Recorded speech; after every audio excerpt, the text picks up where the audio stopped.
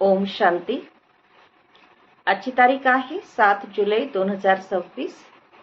आज बाबा म्हणतात, मधुर मुलांनो, तुम्हाला नशा असायला पाहिजे की आम्हाला विश्वाचं मालक बनविण्याकरिता आमचे बाबा आलेले आहेत. आम्ही त्यांच्या सन्मुख बसलो आहोत. प्रश्न आहे, कर्मांच्या गूढ गतीला जाणणारे कोणता पुरुषार्थ अवश्य करते? उत्तर, आठवणीमध्ये राहण्याचा. कारण त्यांना ठाऊक आहे की बाबांच्या आठवणीद्वारेच जुने हिशोब चुकते होणार आहेत. ते जाणतात की आत्म्याने जर जुने हिशोब कर्मभोग चुकते केले नाहीत तर तिला सजा भोगावे लागतील आणि पद देखील भ्रष्ट होईल. पुनर्जन्म देखील तसाच मिळेल. ओम शांती. मुलांना अपार आनंदाचा पारा चढतो जेव्हा ते हे बघतात की बापदादा सन्मुख आलेले आहेत, आम्हाला लायक बनवत आहेत, आम्हाला तमोप्रधान पासून सतोप्रधान बनण्याच्या युक्त्या वारंवार सांगत आहेत. युक्ती आहे खूप सोपी, अगदी सोपी आठवण मुलांना शिकवत आहेत. अज्ञान काळामध्ये पित्याला मूल होते तेव्हा ते समजतात की आपला वारसदार जन्माला आला. तुम्ही जाणता, यावेळी बाबा येऊन आम्हा मुलांना दत्तक घेतात, अडॉप्ट करतात. शिव बाबा या ब्रह्मतनाद्वारे म्हणतात की मी तुमचा पिता आहे, तुम्हाला स्वर्गाचा मालक बनवतो. फक्त तुमची आत्मा जी पतित आहे ती ना मुक्तीमध्ये ना जीवनमुक्ती धाममध्ये जाऊ शकत. तुम्ही सर्व एका पित्याची मुले आहात. सर्वांना बाबांची संपत्ती घ्यायची आहे. हे आत्म्यांनो, बाबा म्हणतात, हे आत्म्यांनो, आता तुम्ही माझी संतान आहात तर स्वतःला आत्मा समजा. आपल्याला बाबा भेटले आहेत ज्यांची अर्धा कल्प आठवण करत होतो, हे कधीही विसरू नका. अर्धा कल्प आत्मा या शरीराद्वारे आठवण करत आली आहे की हे पतित पावन, हे दुःख हरता, सुख करता.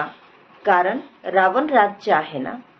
भले जे आता समजतात की आम्ही खूप सुखी आहोत, आमच्याकडे इतके करोडो रुपये आहेत, इतक्या मिल्स कारखाने वगैरे आहेत, तर हे सर्व अल्पकाळासाठी आहे.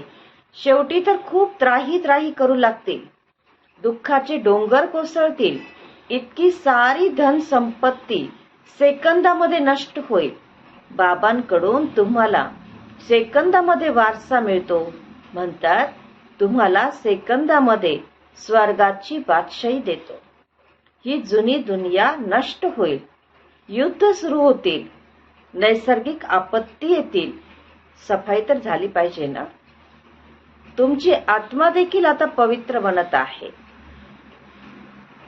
आता बाबा सांगत आहेत की तुम्हाला माझ्या श्रीमतावर चालायचे आहे, इतर कोणाच्याही मतावर चालू नका.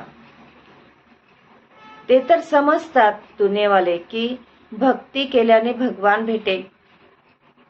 जर का समजा भक्ती केल्याने भगवान भेटतात तर मग असे का म्हणतात की भक्तांची रक्षा करण्यासाठी भगवंत येईल?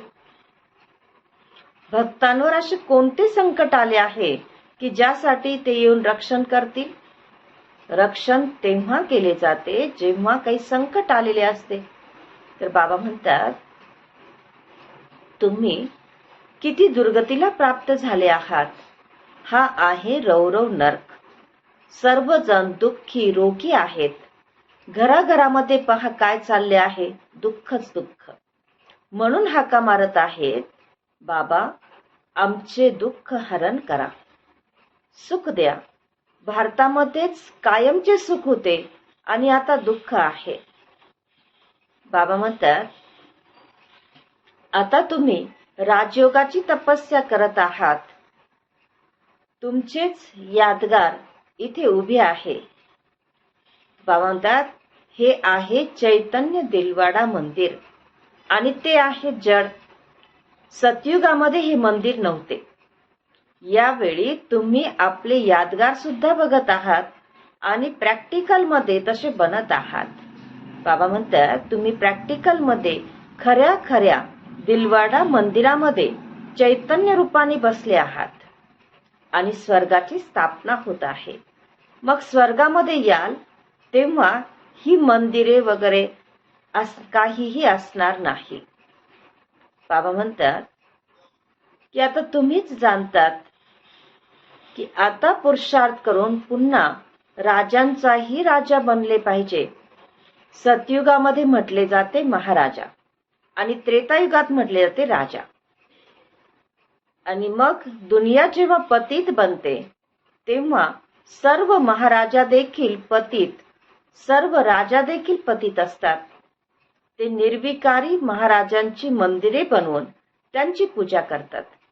सर्वप्रथम शिवाचे मंदिर बनवतात, नंतर मग देवतांची मंदिरं बनवतात, स्वतःच मंदिर बनवून पूजा करतात.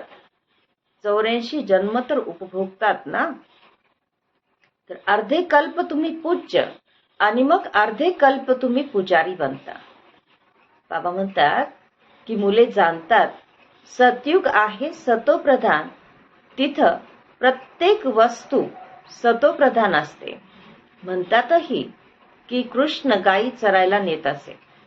तर बाबा म्हणतात की राजे काय गायींची देखभाल करतील का?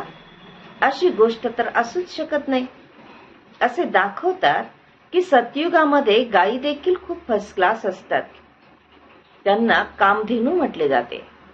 जगत अंबा सरस्वती देखील कामधेनू आहे. 21 जन्मांसाठी सर्वांच्या मनोकामना पूर्ण करते. तुम्ही देखील कामधेनू आहात. तेच नाव मग गायीला दिले आहे जी खूप दूध देते. तिला कामधेनू म्हणतात. राजांच्या घरी अतिशय फर्स्ट क्लास गायी असतात, जेव्हा की इथे देखील राजांकडे अशा चांगल्या चांगल्या गायी आहेत. तर मग स्वर्गामध्ये किती सुंदर गायी असतील. तिथे कुठलीही दुर्गंधी अजिबात नसते. आता बाबा मुलांना सांगत आहेत की मी आलो आहे तुम्हाला गुलगुल फूल बनवून सोबत घेऊन जाणार.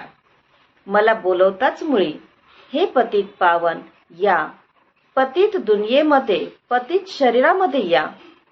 हे साकार ब्रह्मा बाबा आहेत पतित आणि ते सूक्ष्मवतनमधील ब्रह्मा बाबा आहेत पावन फरिश्ता. तुलना दाखवतात तुम्ही देखील पतितापासून असे पावन फरिश्ता बनाल.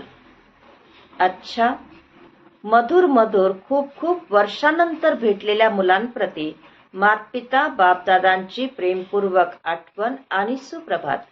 आत्मिक पित्याचा आत्मिक मुलांना नमस्ते आणि आम्हा आत्मिक मुलांचा आत्मिक मातपिता बापदादांना प्रेमपूर्वक स्मृती, सुप्रभात आणि नमस्ते.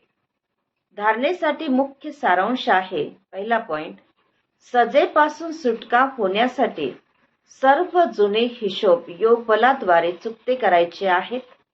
ट्रस्टी होऊन सर्व काही सांभाळायचे आहे. कोणत्याही गोष्टींची चिंता करायची नाही. आत्म अभिमानी बनायचे आहे. दुसरा पॉइंट आहे, ही कमाई करण्याची वेळ आहे.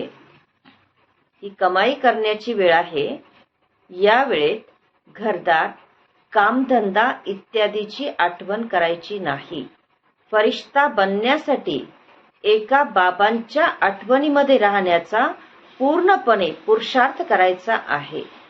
वरदान आहे, आठवणीच्या सर्च लाईटद्वारे वायुमंडळ बनविणारे विजयी रत्न भव. विश्लेषण आहे, सेवाभावी आत्म्यांच्या मस्तकावर विजयाचा तिलक लागलेलाच आहे.